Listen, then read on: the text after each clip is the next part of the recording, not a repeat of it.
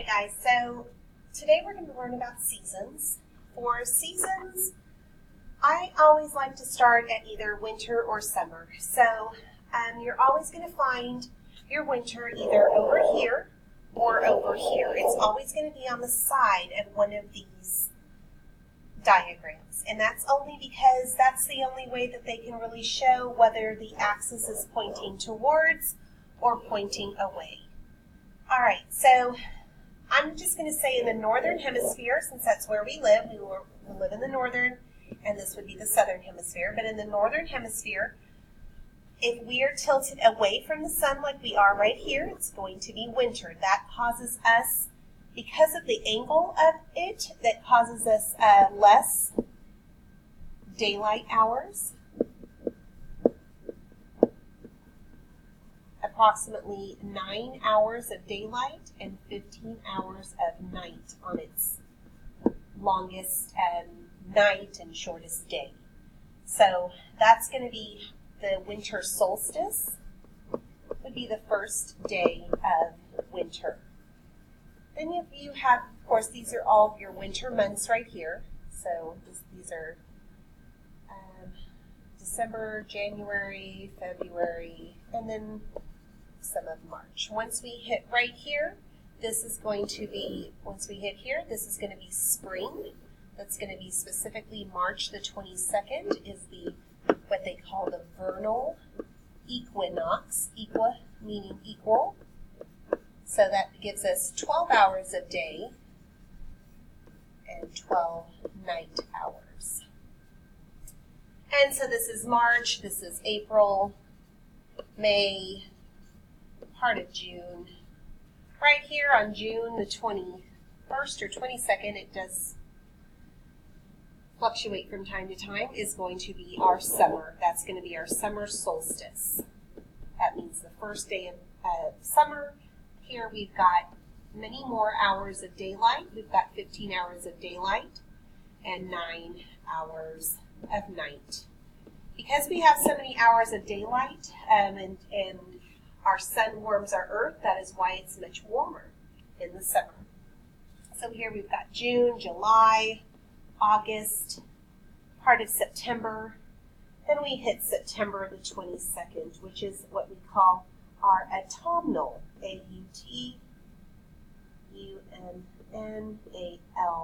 equinox. Again, equinox meaning equal, so we've got 12 hours of day and 12 hours of nighttime. That's why it's nice moderate weather here.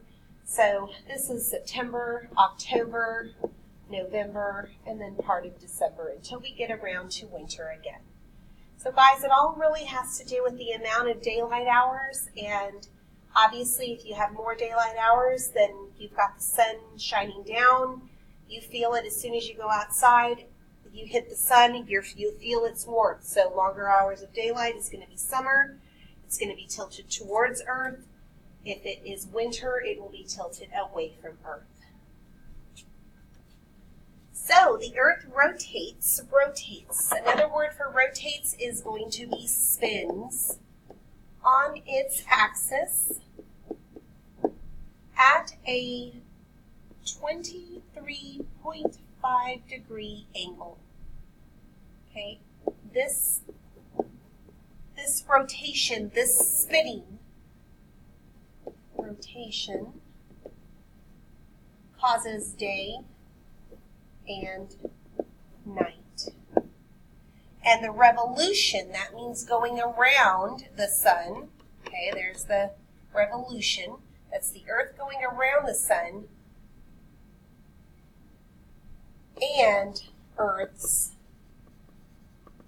tilt, and I would say Earth's tilt being kind of even the more important one, and the Earth's tilt around the sun causes the changes in the seasons. Because again, if it's tilted, if here's our sun right here and it's tilted towards in our northern hemisphere, this would be summer.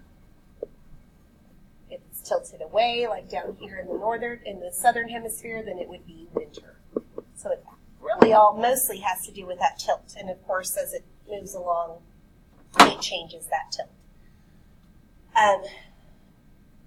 So, next one. Why does all of our energy come from the sun? Because the sun, our sun, is the closest star to Earth. There are a lot bigger stars, there are a lot hotter stars, but the fact that our sun is the closest to us, we can get its energy from it. Number 1, which of these locations on Earth experiences the least change in the number of daylight hours throughout the year? Okay, so whether the sun is over here or over here doesn't really matter.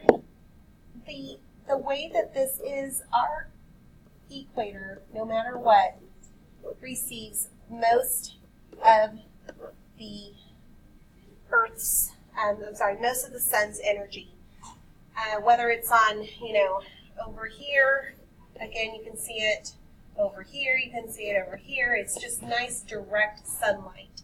So it is the equator, and because of that, they basically have like one whole season throughout the year, and it's just hot. Maybe it might get a little cooler, but definitely hot because it receives direct sunlight.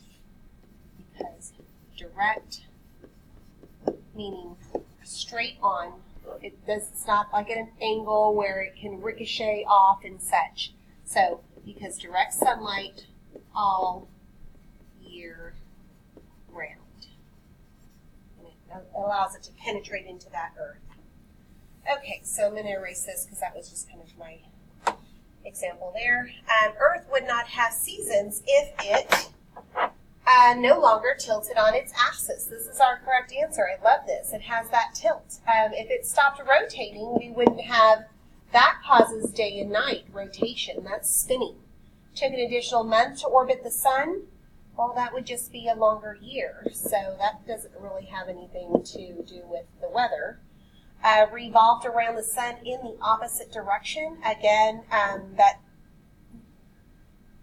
opposite direction has nothing to do with it. We'd still have it. If we lost its tilt and it went like that,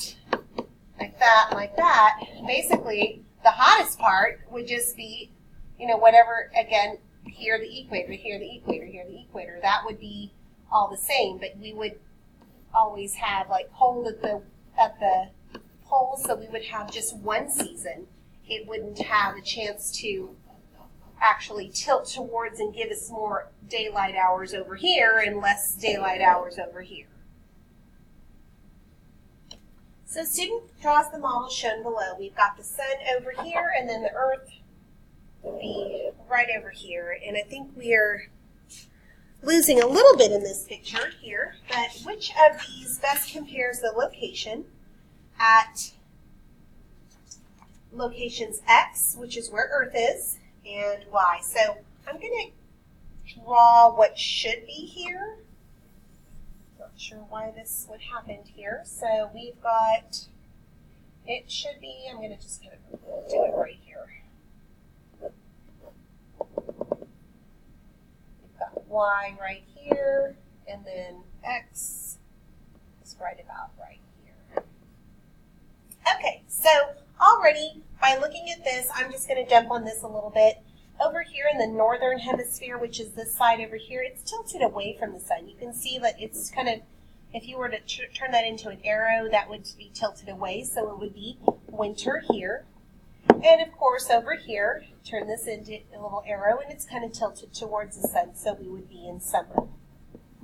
Another thing, I also like to, because here's the sun, if you just come over here and we would shade this over here, this would be my nighttime, okay, the part that I shaded, and over here would be daytime.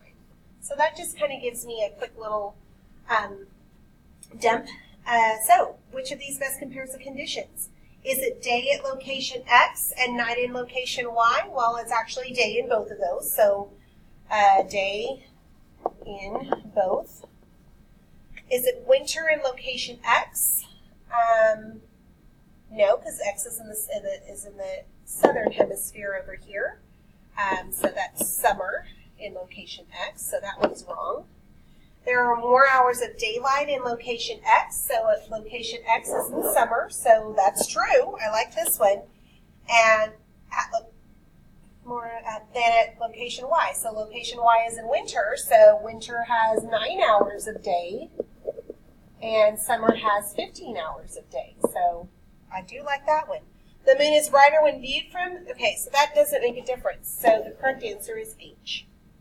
How many days would it take to go from a waxing crescent to a waning crescent? All right, so here I'm just going to do a quick little, here's my Earth, and I'll put my sun over here. That makes this a new moon.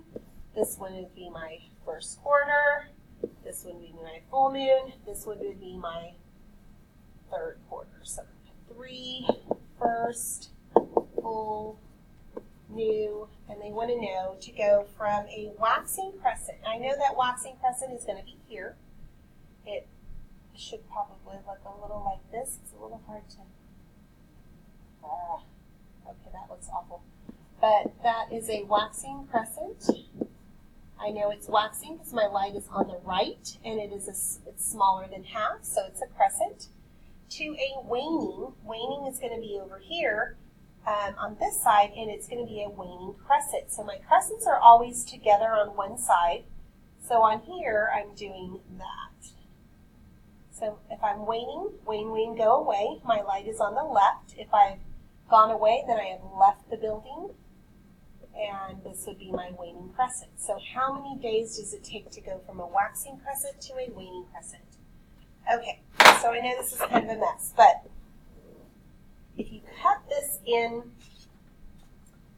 fourths, then you will see that each of these takes about 1 week. So we've got 1 week, 2 weeks, 3 weeks to 4 weeks. I'm going to do it a different way, and instead of, because this is asking about the crescents, I'm going to do it this way.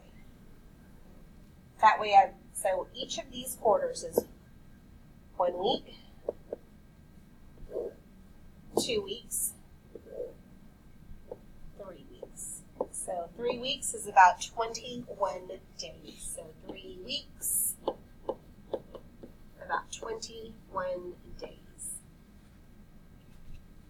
Okay, so I said earlier that almost all the time that we've got winter and summer on the sides. This is the only single time that I've ever seen it any other way. But there are clues that tell us where winter is, and that's right here. These are my winter months. We know that the Earth revolves counterclockwise. So if these are my winter months, then this right here is what is known as our winter solstice, which is our first day of winter.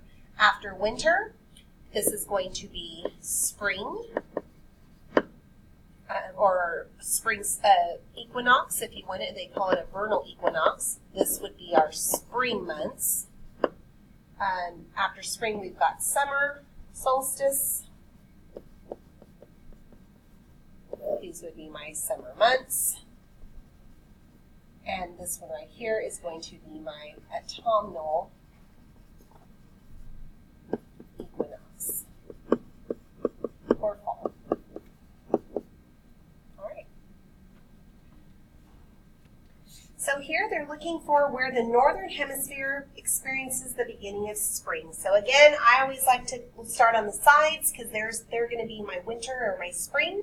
So I'm just going to start right here. So here I show my axis right here, and they said in the northern hemisphere, so I'm only looking at the top of here. So this is tilted towards the sun, which is here in the middle. So this means this is summer. After summer, we've got fall. After fall, we have winter. And that makes sense because this over here is tilted away from the sun, so less hours of sunlight. And over here we've got spring. So the answer, beginning of spring, is going to be right here at 3, position 3. So here we've got a position 1 is fall, position 2 is winter, and position 4 was summer.